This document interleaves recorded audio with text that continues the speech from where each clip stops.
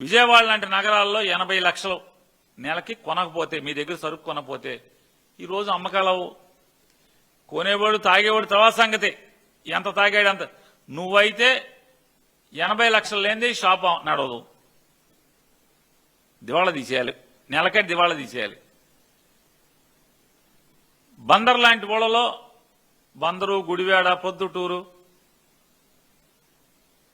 నంద్యాల ఇట్లాంటివి అన్నా అనుకున్నాం కదా, ఇట్లాంటి వాటిల్లో రోజు అంటే నెలకి 65 లక్షలు సరుకు కొనాలి డిపోలో, గవర్నమెంట్ డిపోలో. లేదా మిగతా చోట్ల నెలకి 50 లక్షలు సరుకు కొనాలి. కొంటున్నారా అని అడుగుతున్నాను. లెక్కలు తీస్తారా? ఛాలెంజ్ ఇది మీ గవర్నమెంట్కి. అలా లేకపోతే నేను మీకు క్షమాపణ చెప్తా బహిరంగంగా. నేను చెప్పిన లెక్క కాకుండా మీరు లెక్క చెప్పండి, నెలకి ఎంత సరుకు కొంటున్నారు ఈ బారులో వాళ్ళందరూ, మరి ఎట్లా నడుస్తున్నాయి?